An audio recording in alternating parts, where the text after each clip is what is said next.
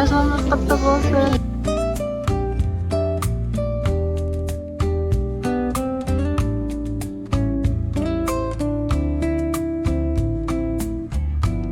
Айнас көрс ағатаймен.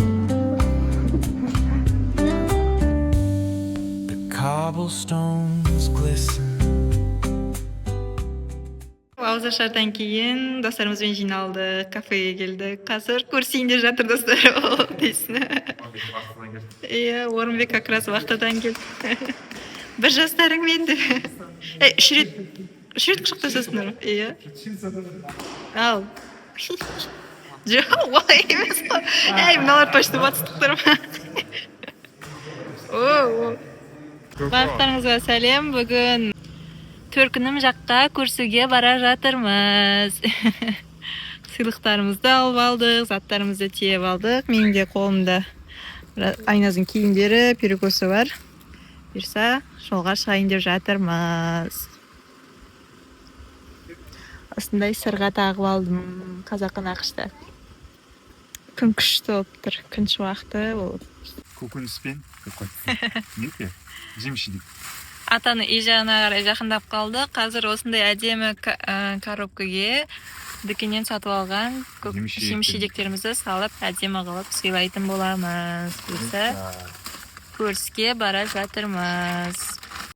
Міне виноградтарды салып болды. Енді осылай гүлдермен әсемдейін деп жатырмыз. Өте керемет көктемгі атмосфераны создавать етеді. Сыйлық болып.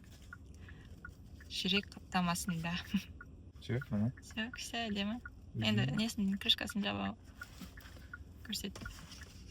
Міне, өте әдемі безендірілген қақпағы да бар қораптың. Осылай. Сыйлайтын боламыз. 8 наурызға және Амал мерекесіне сыйлығымыз дайын. 8 наурызға бірақ сыйлығымызды біздің үйге ауызашарға келген кезде сыйлап қойғанбыз. Бұл сыйлық көріске болып тұр. Амал мерекесіне бұйырса. Айназымның жасы құтты болсын. Әмин. Әкесіне беріп отырасыз. Дұрыс. Аман жүр. Салып қой жақында. Аман жүр, аман жүр. Ой, көке. Ұйқыдан тұрған есі мультикке кетіп жатыр. Молодец. Привет, елге. Кенже. Ақкенже, привет де. Ух ты, өңсейсің. Ақкенже, привет де. Қарамет. Айназ бір әжемен көрші. Көрс. Бір жасымен. Көрс әжемен, көрс. Қолыңды бер. Не түсініп тұрған жоқ мен дейді.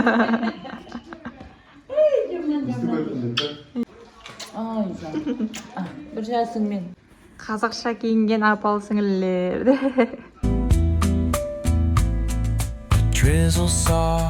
Гүл сататын дүкенге келіп, анашыма осындай гүл алдым. Барған сайын Айназ гүлдерінің жапырақтарын жоқ кете береді. Соған жаңа гүл алып жатырмыз. Ол уже покушать етіп жатыр. Тиме, Айназ, тиме. Көрсеге келдік. Подаркілерімізбен. Охо! Мама, сүйінші барды ой. Аберден қашындар сендер. Вау! Рахмет, рахмет. Мынау Айзереге подарок. Аш 7 мартқа. Сенде қызсың ба? Первая косметика. Иә. Не первая. Это фиксатор для бровей. Это кушон.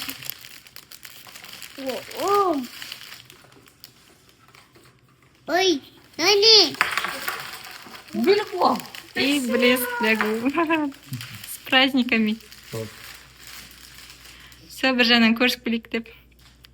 Бұл уже Айназ дейтін машинада покушаться етіп отыр гүліңе деп. Вау! Вау, не мынау, Айназ? Не мынау? Көреме? Құшақтас, Айназ. емес. Барлықтарыңызға сәлем, қалдарыңыз қалай? Бүгін 18 наурыз. Оразаның предпоследний күні. Почти соңғы күндері, оразаның соңғы күндері. Бұйырса, ертең соңғы рет ораза ұстап ауыз бекітеміз. Естеріңізде болса, оразаның ең алғашқы күні ұжыммен қарсы алған болатынмын. Бүгін де ұжыммен ауыз ашуға барамыз. Бұйырса, соған дайындалайын деп жатырмын.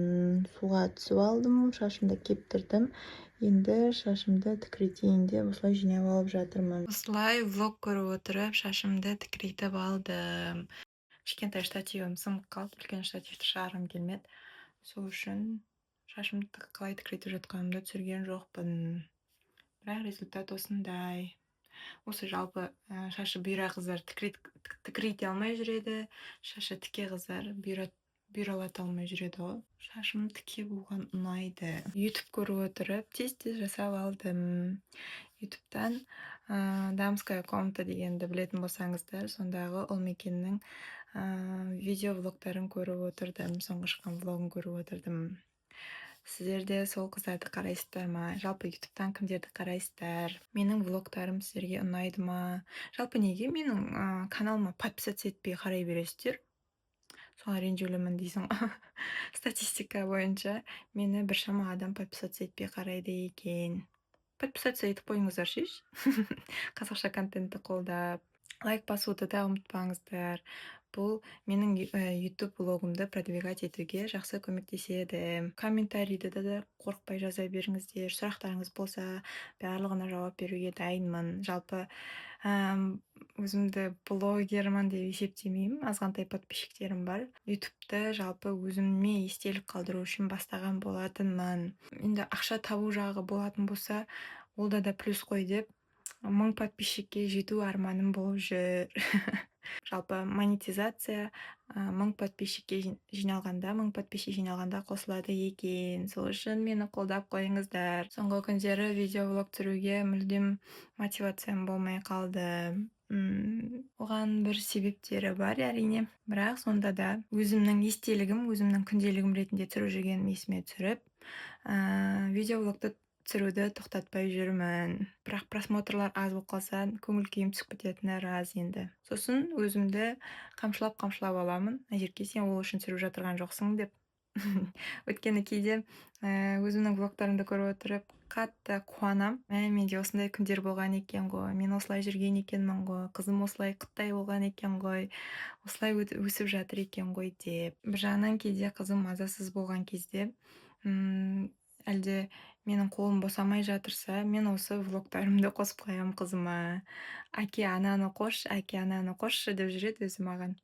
Сол осы влогтарымды қызыма мультик секілді қылып қосып қоямын YouTube'тан, телевизордан. Мотивациям төмендеп жүргенін. Жалпы соңғы влогты байқасаңыздар кері салдым. Ішінде өзгертулер жасадым. Құрбымды ренжітіп алған болатынмын. Туған күніне сыйлаған сыйлығымды ашып жатқан распаковканы түсіргеніме личный моменттер болған болатын. Солай құрбымның жеке шекарасына өтіп кеткен екенмін. Кешірім сұрап, видеоблогтағы сол моменттерді кетіріп қайта жүктедім. Сол үшін құрбымның жақындарынан, барлығынан кешірім сұраймын. Енді менің видеоблогтарымды, құрбыларымды көресіздер ме, жоқ па білмеймін. Жалпы енді түсірмеймін деп уәде берген болатынмын. Жалпы бұл менің өмірімнің күнделігі болғандықтан, өмірімде болып жатқан маңызды деген оқиғаларды түсіріп алып салғым келеді. Бүгін де сол ауызашарға баратынымды сіздерге түсіріп жатырмын. Уже оразаның соңғы күндеріне келіп қалыппыз. Ораза, Рамазан айы жалпы тез өтіп кеткен секілді. Жалпы наурыз айы мейрамдармен өте тез өтіп кетті. Мерекелерден бөлек туған күндер де көп. Әжеміздің туған күні, содан кейін енемнің туған күні, содан кейін бұйырса қызымыздың 2 жасқа толатын күні, туған күні. Кешке қонаққа не киерімді білмей 2 вариант шығарып қойып отырмын. Жалпы негізі рубашка мен джинсы киіп барам деп ойлағам, бірақ қазақша киінеміз деп дресс-код қойыпты. Қазақша көйлегімді киім кеп тұрған жоқ, бірақ осындай 2 кәже киім бар. Солармен образ құрастырып жатырмын. Аса көп боянған жоқпын, бірақ ерніме акцент қойдым. күшті болып тұрған сияқтымын өзіме. Шашыма укладка жасап, азғантай макияж жасап, әдемі көңіл күйде тұрмын. Жалпы макияж жасауға жоқпын, бірақ бүгін ернімді әдемі бояған сияқтымын. Жаңа 2 косметик сатып алған болатынмын алдында 8 мартқа өзіме деп, бірақ оны көрсетпедім. Қазір сіздерге көрсетемін не жаққанымды. Міне ерніме жаққан комбо осылар. Люменнің 103 оттенктағы талабы және де Сен сұлудың карандашы 04 оттенкта. Люменнің осы талабы ерінде күшті тұрады, ұзақ тұрады және де ерінге увлажнение береді. Если что, қолданып көріңіздер, менен сіздерге совет. Міне толық образым осындай болды. Кәжекей, осы сары кәжекейді таңдадым. Ішінен осындай лонг сливпенен жасыл ипкімді киіп алдым. Ұзаққан ақышта бүгін ауызашарға барамыз. Ертерек келіп, көмектесіп жатырмыз. Drizzle soft whisper. Where do thoughts go? The saxophone sighs in a soulful lament. Бүгін 20 наурыз, жұмыста ораза айт, наурыз, көрісу деген мерекелерді тойлайтын боламыз. Соған осындай қазақша образ киіп алдым. Бүгінгі наурызға осындай образыма аксессуарлар тағайындап жатырмын. Осындай сырға және де шашбау. Бұл шашбаудың байқап отырсаңыздар, ортасы қосылған. Шашбаудың ортасы қосылады тұрмыс құрған қыздарда. Яғни келіншектер шашбауды ортасын қосып тағатын болған екен. Бұның белгісі қыз тұрмыс құрған дегенді білдіреді екен. 2 рулы елдің ортасын қосып тұр деген мағына береді екен. Және де осындай астында сылдырмақтары болады.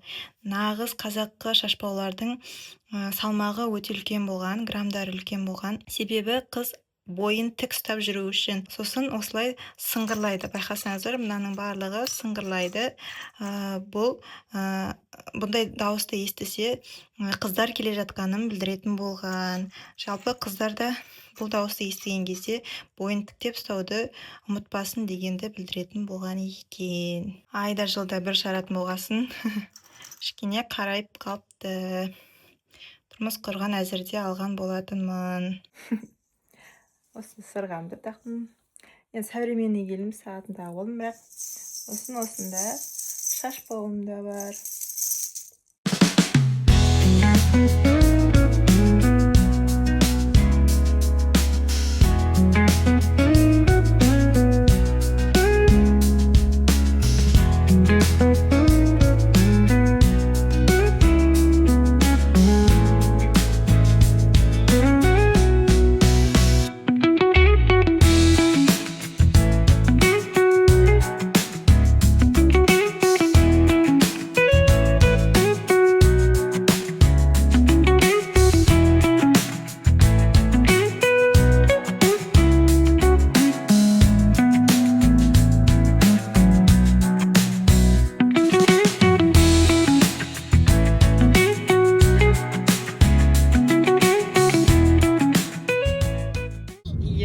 Бүгін 22 наурыз, алаңға наурыз тойлауға кетіп бара жатырмыз. Бүгінгі образым осындай. Күн әлі салқын болғандықтан көркімді киіп алдым. Қазақ образда болайын деп орамалымды тағып алдым, сосын осындай алқамды тағып алдым. Мына жақта қызымыз бар, жолдасым бар, олар куртканың сыртынан кәжекей киіп алған. Қамазай билеп атсың ба? Қалай билейді? Анякқа барасың ба? Наурыз тойлауға барасың ба? Айт, наурыз құтты болсын деп айтшы.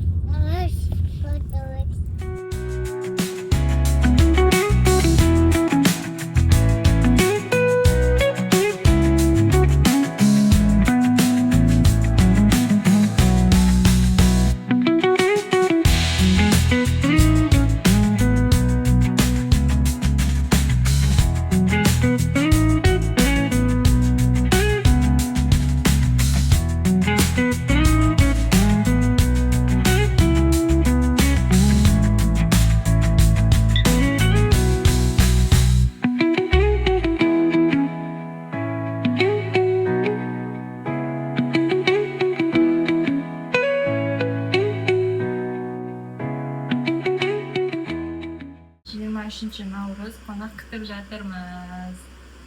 Bugun Kalaдағы үйіміздеміз. Осылай дайындық барысын сіздерге түсірейін жатырмын. Қазір местный нарезка турап жатырмын. Потом жақта да түсірші. Әзірге осындай дайындығымыз. Басқа отыратын жер жоқ. Айназдың отырсын қараңыздар. Мультик қарап отырмын жақта. А мына жақта біздер дастарханды жайып жайнатып қойдық. Как всегда, мясной нарезка, рыбный, куриный, сосын самсалар. Мына жақта мынау мясной, мынау картошкамен, мынау тауықпен. Бауырсақтарымызды қараңыздар, қандай әдемі болып тұр.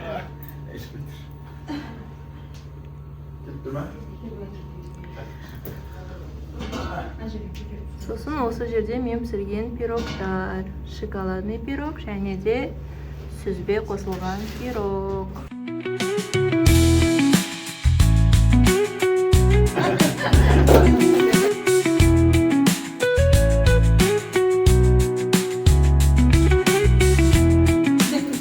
Рахмет, Айназ.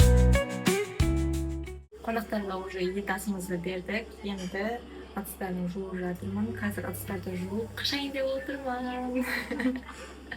Мама шайды өзім беремін дейді. Шайдың дастарханы дайын тұр. Бәрі дайындап кеттік. Енді маған жеңдерге болады. Баланс ұзарды. Наурыз құтты болсын. Үйден шығып дүкен аралауға келе жатырмыз. Бұйырса 5 сәуір менің атамның 75 жылдығы және әкемнің 50 жас мерейтойы болады. Соған орай жасыл дресс-код деді. Соған жасыл көйлек іздеуге келе жатырмын. Өте бір аптаның төңірегінде қалды, менде әлі көйлек жоқ. Тек бүгін ғана көйлек қарайтын шанс бар. Онда да жаңа қонақтық күтіп отқанымызды білесіздер. Етін беріп, шайын мамаға өзіңіз берерсіз деп шығып кеттік. Әкесінің қызы. Әкесіне жабысып отыр машинада.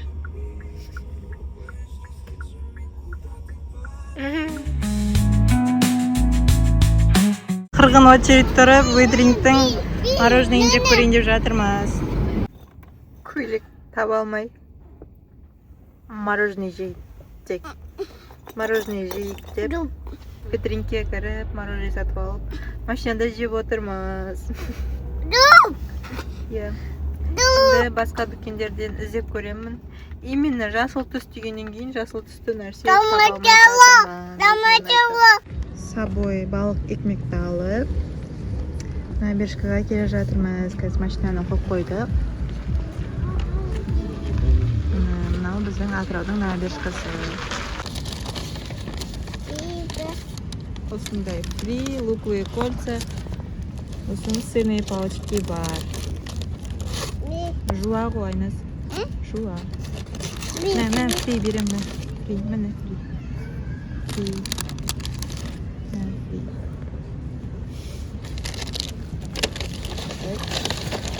Мән, бейт. Ашта сақан қос берейін.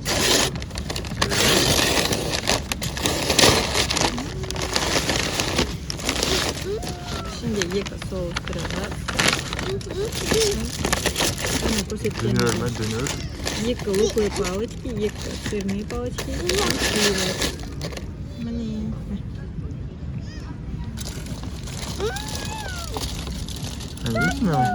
Балық екмектің түрін қараңыздар. Содан кейін қызымыздың қолымызда айран бар. Қазір берем, достарым, берем. Қолың ластамашы қызым. Ал бізге ас болсын. Бізді тамақ жеп отырып көрсеңіздер, сіздерге де ас болсын. Балық екмекті бірінші рет жеп көрейін деп жатырмын. Бисмилля. Ішінде гранаттың нелері бар екен. Дәндері, гранаттың дәндері бар, скумбрия балығы бар, соус бар, салат бар.